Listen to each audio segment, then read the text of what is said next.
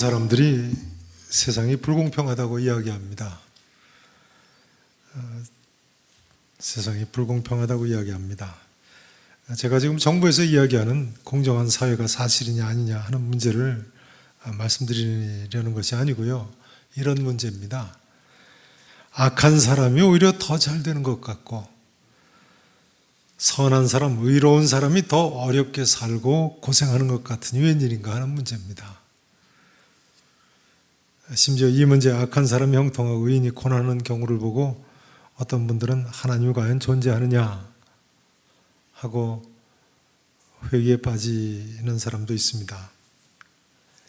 오늘 본문 시편 73편의 저자 아삽도요. 바로 이 악인의 형통과 의인의 고난의 문제를 가지고 시험에 들 뻔한 사람이죠. 1절에서 9절 말씀을 한번 보시겠습니다. 시편 73편 1절부터 보시죠. 제가 봉독드리겠습니다. 하나님이 참으로 이스라엘 중 마음이 정결한 자에게 뭘 행하세요? 선을 행하시나 나는 거의 넘어질 뻔하였고 시험 들 뻔했단 말이에요. 나의 걸음이 미끄러질 뻔하였으니 이는 내가 왜 그랬다고요? 악인의 형통함을 보고 오만한 자를 질투하였음이로다. 그 다음 보세요. 그들은 악인들이죠. 죽을 때에도 고통이 없고 그 힘이 강건하며 사람들이 당하는 고난이 그들에게는 있어요? 없어요? 없네요. 사람들이 당하는 재앙도 그들에는 없나니 그러므로 교만이 그들의 목걸이요 강포가 그들의 옷이며 악인들이죠. 살찜으로 그들의 눈이 솟아나며 그들의 소득은 마음의 소원보다 많으며 그들은 능욕하며 악하게 말하며 높은 데서 거만하게 말하며 그들의 입은 어디에 두고 있어요? 하늘에 두고 있다. 입을 하늘에 둔다는 게 무슨 말인가요? 난해각주 3번에 보시면 뭐라고 되어 있어요? 그들의 입은 하늘을 대적한다는 거예요. 그러니까 악인이죠. 하늘을 대적하고 그들의 혀는 땅에 두루 다니도다. 여러분, 이 악인들이 형통하는 현실을 어떻게 해결하고 계십니까? 어떻게 이해를 하고 계신 거예요? 어떻게 설명하실 수 있습니까? 자, 16절 말씀을 보시죠. 16절 말씀 같이 함께 읽어보십니다. 시작. 내가 어쩌면 이를 알까 하여 생각한 즉 그것이 내게 심한 고통이 되었더니. 시편 73편의 저자 아삽은 이 문제 때문에 심한 뭐까지 느꼈다고요? 고통까지 느꼈다고 고백을 합니다. 여러분, 이 악인의 형통, 의인의 고난의 문제를 어떻게 해결보고 계십니까? 혹시 속으로 이렇게 말씀하시는 분이 계신지 모르겠습니다. 아이고 목사님, 뭐 그렇게 복잡하게 예수 믿습니까? 그냥 믿으면 되는 거 아닙니까? 그렇게 생각하시는 분은 그냥 그렇게 믿으셔도 됩니다. 어린아이같이 따지지 않고 믿는 것이 복이니까요. 그러나 그런 경우에는 일일이 따지고 복잡하게 생각한 후에야 믿는 사람을 전도하기가 쉽지 않으실 겁니다.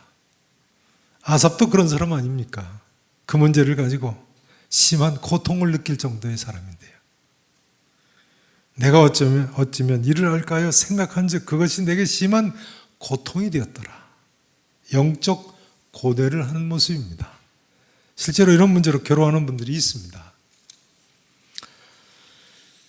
사실 악인의 형통과 의인의 고난의 문제는 성경 역사만큼이나 오래된 문제입니다. 자, 욥기 21장 말씀을 한번 보시죠. 욥기 21장을 한번 보시죠. 구약성경 781페이지입니다. 781페이지 욥기 21장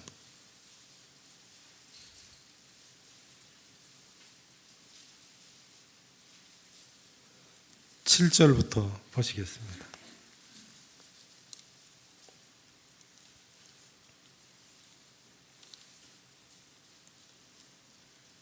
(7절부터) 보세요.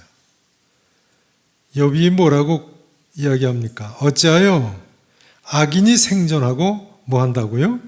장수하며 세력이 강하냐? 그들의 후손이, 악인의 후손들이 말이죠, 앞에서 그들과 함께 굳게 서고 자손이 그들의 목전에서 그러하구나. 악인의 형통을 이야기하죠. 그 다음 보세요. 이 욥기는 성경 중에 가장 오래전에 쓰여진 성경으로 보이는 책입니다. 주전 2000년이 거의 다 돼서 지금부터 한 4000년경에 이미 쓰여진 책으로 보는 책입니다. 욥이 그때 실존 인물로 보입니다. 자, 보세요. 근데 이렇게 오래된 성경에서 바로 이 문제를 다루고 있네요. 보세요. 9절이죠. 그들의 집이, 악인의 집이 말이죠, 평안하여 두려움이 없고 하나님의 매가 그들 위에 임합니까? 임하지 아니합니까? 임하지 아니해요. 하나님의 징계가. 그다음 보세요. 심지어 그들의 숫소는 새끼를 베고 그들의 암소는 낙태하는 일이 없이 새끼를 낳는구나. 짐승까지도 그 집에서 키우는 소들까지도 왕성하게 번성해요. 그다음 보세요. 그들은 아이들을 양떼같이 내보내고 그들의 자녀들은 춤을 추는구나. 자녀들도 잘 돼요. 그다음 보세요. 그들은 소고와 수금으로 노래하고 피리 불어 즐기며 그들의 날을 행복하게 지내다가 잠깐 사이에 스올에 내려가느니라. 고통도 받지 않고 잠깐 사이에 세상 떠난다는 거예요. 그다음 보세요. 그러할지라도 그들은 하나님께 말하기를 우리를 떠나소서 우리가 주의 도리 알기를 바랍니까? 바라지 않습니까? 바라지 아니한다는 거예요. 전능자가 누구이기에 우리가 섬기며 우리가 그에게 기도한들 무슨 소용이 있으랴 하는구나. 그 불신자들인 거죠. 악인이에요. 그러나 그들의 행복이 그들의 손안에 있지 아니하니 악인의 계획은 나에게서 멀구나. 자, 그 다음 쭉 계속 나옵니다. 그만 보시죠. 어떻게 생각하십니까? 일리가 있지 않습니까?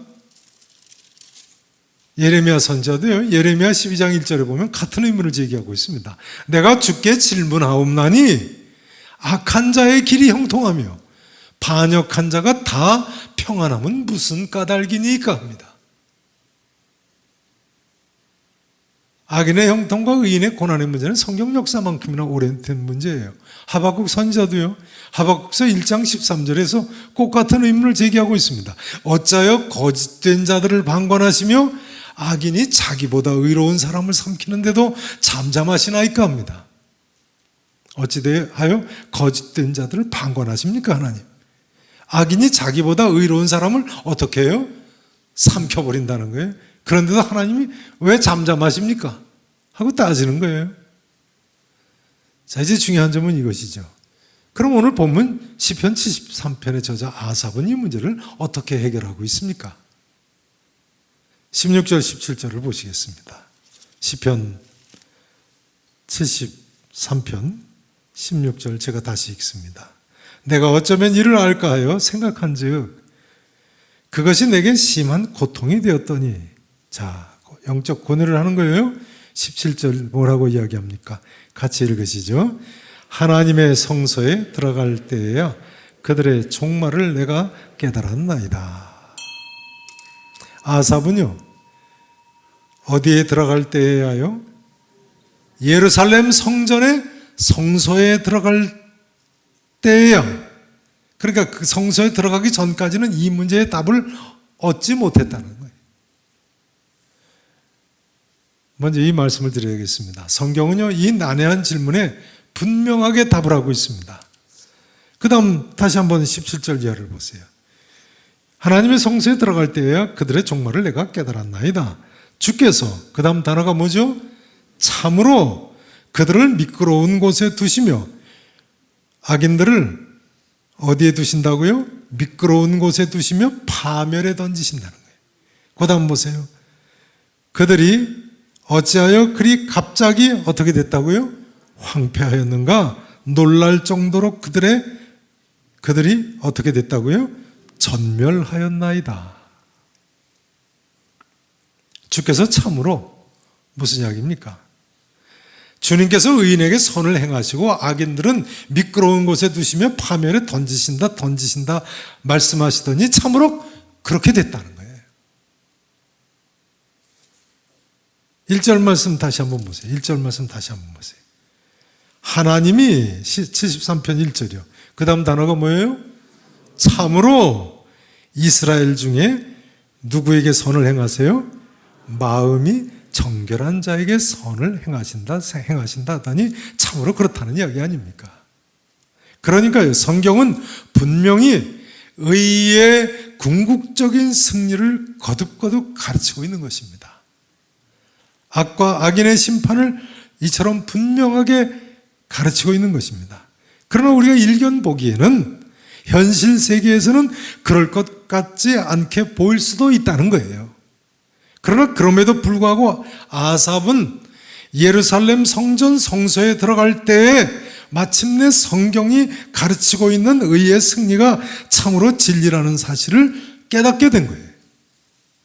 언제야 깨달았다고요? 예루살렘 성전의 성소에 들어갈 때예요. 이제 중요한 점은요, 그럼 우리에게 있어서 하나님의 성소는 어디겠는가 하는 점이겠습니다. 오늘날은 아삽이 들어갔던 예루살렘 성전의 성소 같은 특정한 성소는 없으니까요. 그럼 우리에게 있어서 의인의 고난과 악인의 형통 문제에 관한 진리를 깨달을 성소가 어디겠습니까? 우리에게 있어 성소는요, 첫째로 이제부터 본론입니다. 첫째로 예수 그리스도이십니다. 성경은 구약시대의 성소가 신약시대 예수 그리스도와 같은 것임을 가르치고 있습니다. 이것은 예수님께서 가르치신 내용이죠. 요한복음 2장에 보면요, 예수님께서 예루살렘 성전을 청결케 하시면서 뭐라고 말씀하셨습니까? 이 성전을 헐라 내가 사흘 동안에 일으키리라 하셨습니다. 이때 요한복음 2장 그 다음 21절에 보면요, 이는 성전된 자기 육체를 가리켜 말씀하신 것이라 이렇게 나와 있습니다. 물론 예수님께서 3일 만에 성전을 일으키신다는 것은 3일 만에 부활하실 것을 가르치신 말씀입니다만, 신약시대 예수 그리스도는 구약시대 성전과 같다고 하겠습니다. 그러니까 이런 이야기가 됩니다. 우리는 예수 그리스도께 나아갈 때만이 인생의 수수께끼 같은 비밀들을 깨달아 알 수 있는 거예요. 이 사실을 믿으실 수 있기를 축원합니다. 틀림없어요. 예수님께 나와야지만 우리는 인생의 모든 비밀을 알 수 있는 것입니다. 사도 바울은 고린도후서 3장 16절에서 이 사실을 이렇게 비유로 이야기합니다. 언제든지 주께로 돌아가면 그 수건이 벗겨지리라. 주의 영이 있는 곳에는 자유가 있느니라. 그렇습니다. 모든 사람은 예수 그리스도 안에서라야 진리의 깊은 면을 깨달아 알 수 있는 것입니다. 예수님을 믿고 보니까요, 이제야 비로소 알게 되는 진리가 어떻게 그렇게 많은지요. 예수님 믿고 보니까 인간이 죄인이라는 사실을 전에는 몰랐다는 사실이 신기할 정도입니다. 영적인 눈이 열리고 보니까요, 인간이 이렇게까지 죄인인데 예수님 믿기 전에 왜 그렇게 몰랐을까요? 마찬가지 논리로요. 예수 그리스도를 믿는 사람만이 마침내 악인의 형통과 의인의 고난의 문제를 해결 볼 수 있는 것입니다. 왜냐하면 흡사 성막이나 예루살렘 성전에 들어가지 않듯이 세상 사람들은 예수님을 알지도 못하고 믿지도 못하니까요. 그러니 어떻게 악인의 형통과 의인의 고난의 문제 같은 영적 문제에 답을 얻을 수가 있겠습니까? 그러므로 시편 73편 저자 아삽은요, 28절에 보면 하나님께 가까이 함이 내게 복이라 고백을 하고 있습니다. 한번 따라서 하실까요? 하나님께 가까이 함이 내게 복이라. 영적 눈이 열리고 보니까 하는 고백이에요. 하나님께 가까이 함이 내게 복이로구나. 악인의 형통함이 복이 아니고. 다시 한번 따라서 하시죠. 하나님께 가까이 함이 내게 복이라. 믿으십니까? 여러분, 예수 그리스도께 나온 것이 바로 우리에게 복인 줄로 믿으시기를 진심으로 축원하겠습니다. 이제 두 번째로 성소는 천국을 가리킵니다. 성소에 들어가는 것은 천국에 들어가는 것을 가리킵니다. 성소는 하나님의 임재를 상징하는 장소니까요. 그 정도가 아닙니다. 예루살렘 성전의 성소, 성막의 성소는요, 어떤 것입니까? 자, 히브리서 8장 5절 한번 보시죠. 히브리서 8장 5절.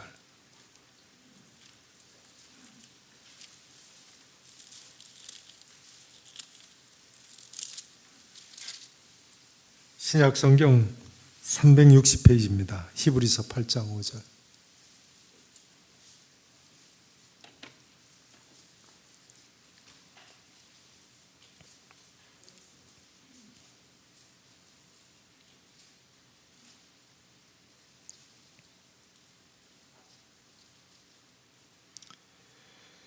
자, 8장 4절을 제가 먼저 봉독을 드리겠습니다. 히브리서 8장 4절을 보세요.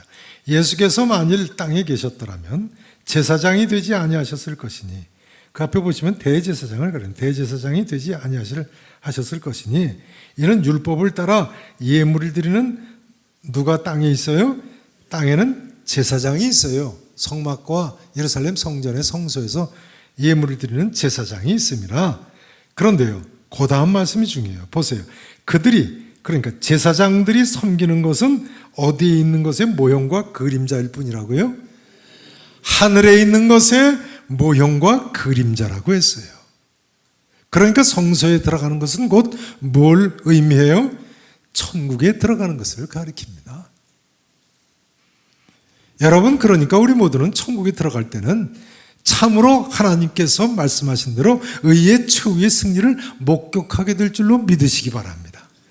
그때는 세상 고생 꿈에 본듯 잊을 때가 있을 줄로 믿으셔야 합니다. 세상 고생 꿈에 본듯 잊으리. 믿으십니까? 영국 웨스트민스터 채플의 유명한 설교자였던 로이드 존스 목사님은요, 설교 시간에 유머를 사용하지 않은 분으로 유명합니다. 설교 시간에 절대로 우스갯소리를 하지 않으셨다는 거예요. 한 번은 미국의 유명한 복음주의 신학자, 트리니티 신학교의 펜규메론 교수님 계신 그 신학교의 교수이셨죠. 칼 헨리라는 복음주의를 대표하는 분이 한 분 계신데, 그 칼 헨리 박사가 로이드 존스 목사님을 인터뷰를 하면서 물어봤다는 거예요.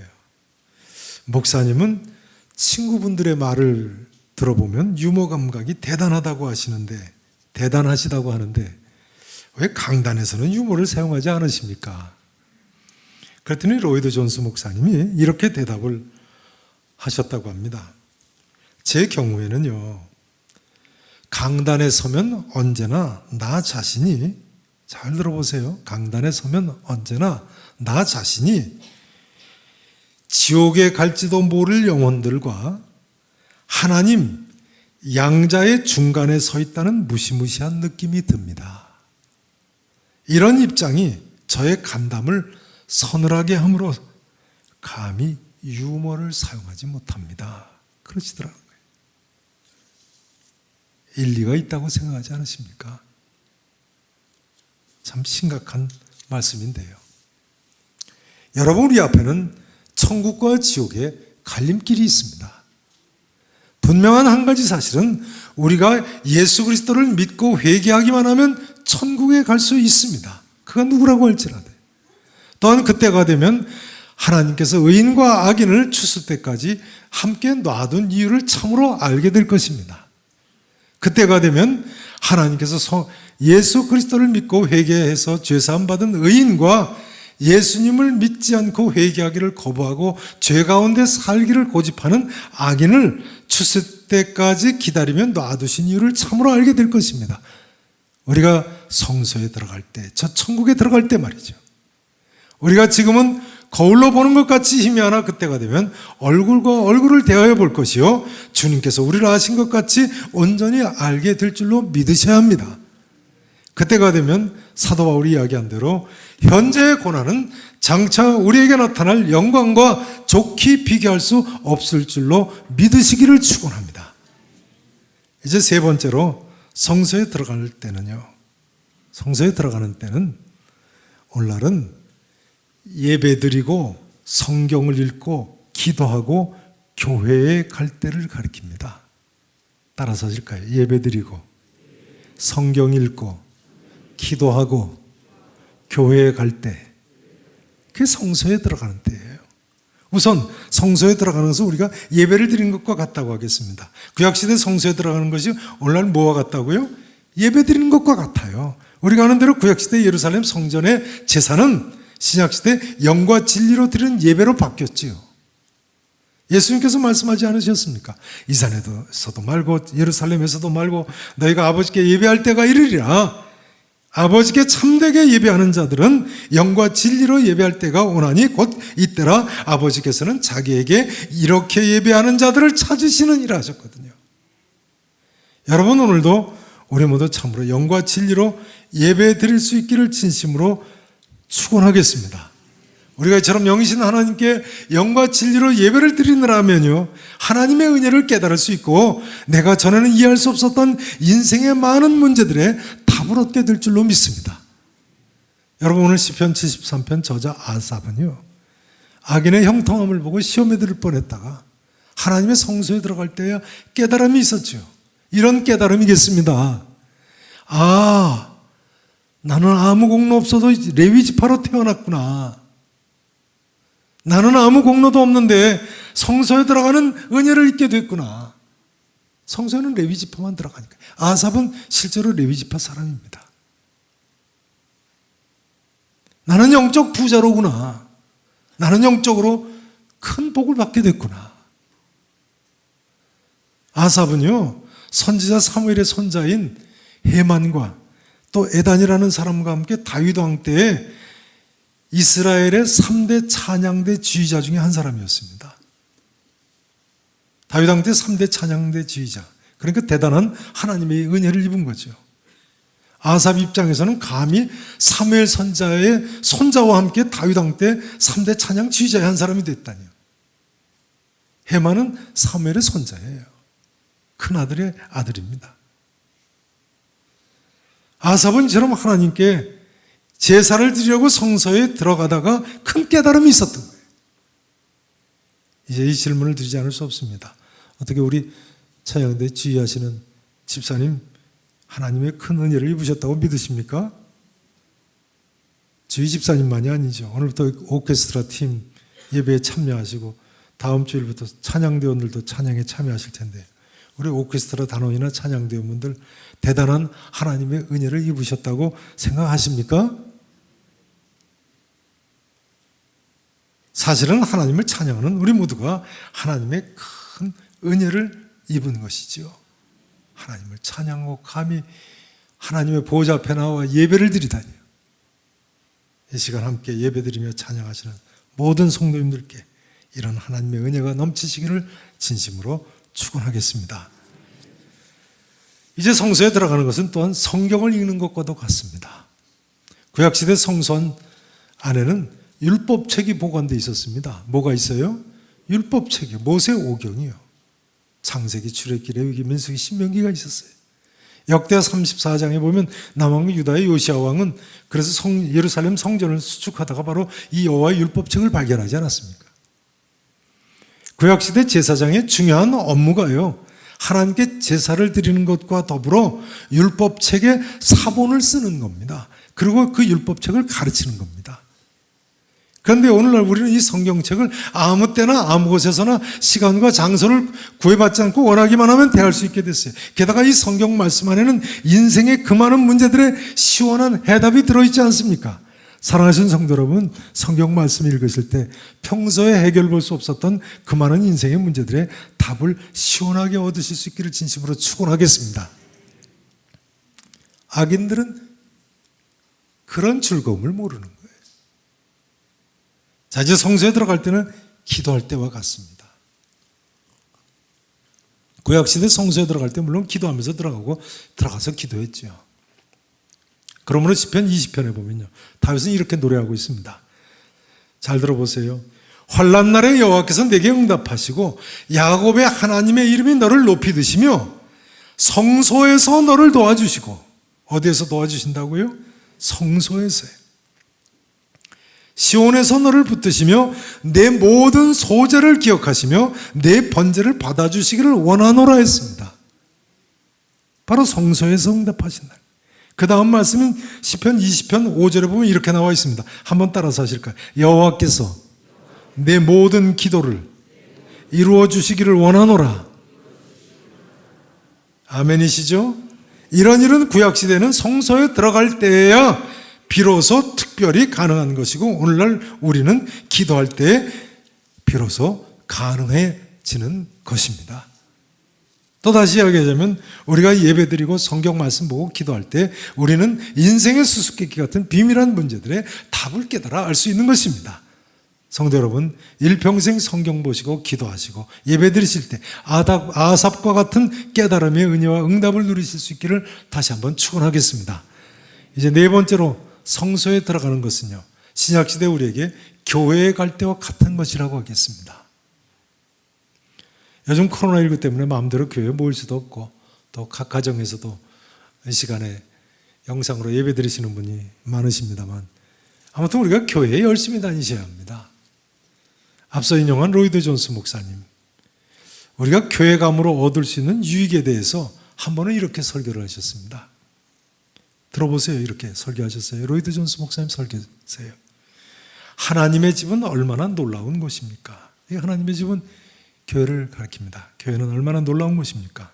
그저 하나님의 집에 가는 것만으로도 고통에서 구원을 얻게 되는 경우도 많습니다. 그냥 교회만 가도 고통에서 구원을 얻게 되는 경우가 많다는 거예요. 이렇게 계속하고 계세요. 저는 하나님의 집으로 인해 감사를 드린 일이 얼마나 많은지 모릅니다. 저는 하나님의 백성들이 모여서 교제하고 함께 예배드릴 수 있는 공간을 허락하신 것에 얼마나 감사하고 있는지 모릅니다. 그러니까 교회죠. 하나님의 집은 수천 번씩이나 저를 영혼의 우울증에서 구해 주었습니다. 그랬어요. 영혼의 우울증에서 수천 번이나 교회 나와서 고침받았다는 거예요. 이렇게 계속하고 있어요. 그저 그곳에 가기만 하는 것으로도 이러한 역사가 일어났습니다. 믿으십니까? 그런 경험이 있으십니까? 그 다음에 이렇게 계속하고 있어요. 어떻게 이런 일이 일어날 수 있습니까? 하나님의 집을 계획하시고 조성하시는 이는 하나님이십니다. 하나님의 집에 가보십시오. 많은 사람들이 교회 가보십시오 하는 이야기예요. 많은 사람들이 여러분의 앞서 와 있는 것을 보고 놀라실 것입니다. 그들의 모습을 보면 여러분의 기분도 나아질 것입니다. 여러분은 여러분보다 훨씬 더 너무나 어려운 처지에 있었던 어떤 사람들을 회중 속에서 발견하게 될 것입니다. 여러분은 자신의 문제가 이 세상에서 가장 끔찍한 문제이며 이와 같은 고통을 겪었던 사람은 이전에는 없었을 것이라고 생각했었습니다. 그러던 여러분이 한 불쌍한 여인을 보게 되었습니다. 교회 가서 만나게 됐다는 거예요. 자기보다 먼저 온 사람을. 이렇게 계속하고 있어요. 남편을 잃은 여인인지도 모르겠습니다. 그의 아들은 죽었을지도 모르겠습니다.